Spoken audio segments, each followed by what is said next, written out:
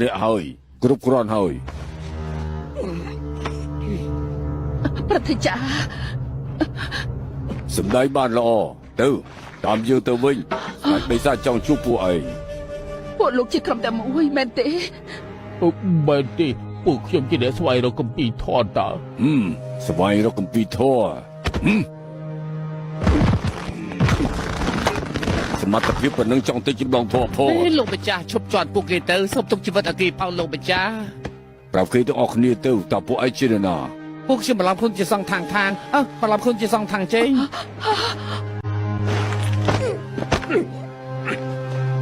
នឹងខ្លួនឯងជានរណាហើយនៅ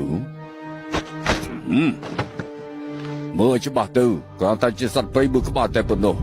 ឆាប់ប្រាប់សាច់ញាតិបងប្អូនបើឃើញអ្នកបោកប្រាស់ទាំង4នាក់ដែលខ្លាញ់បន្លំជាທາງជ័យនៅសិស្សរបស់គេទៀតវាយឲ្យស្លាប់ទៅឯ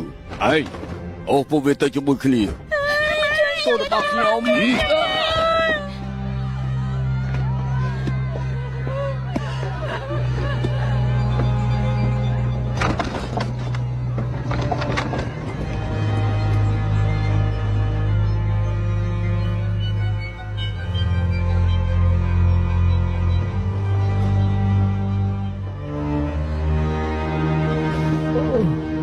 ខ្ញុំគ្មានចិត្តតែកុហកទាំងអស់គ្នាទេពួកនាងពិតជារកខ្ញុំមែនអូយបោកប្រាស់ពួកឯងនៅសម្ដែងទៀតពួកឯងសម្ដែងទៅបោកប្រាស់ទៅចេះទៅតែទៀតទៅតែសម្ដែងណាស់បោកទេ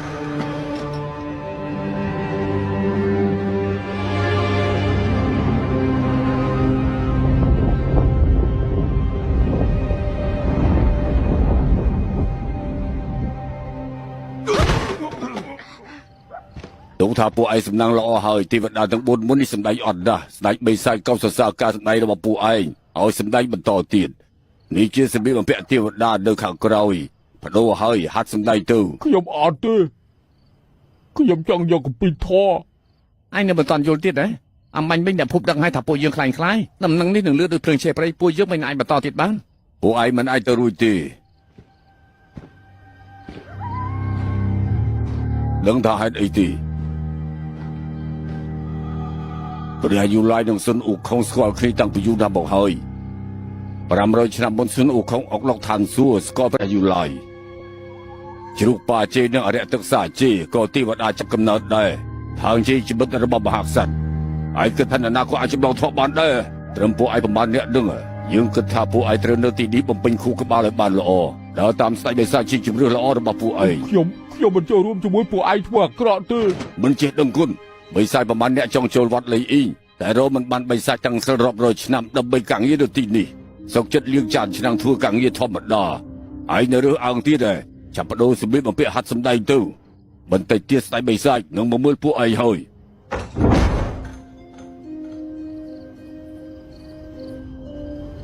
និយាយតាមត្រង់ចុះទីនេះល្អជាឡាងព្រំស្ដាច់ឆ្ងាយណា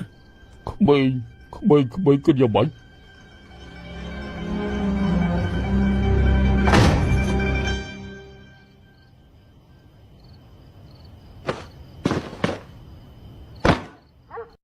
មហាទេព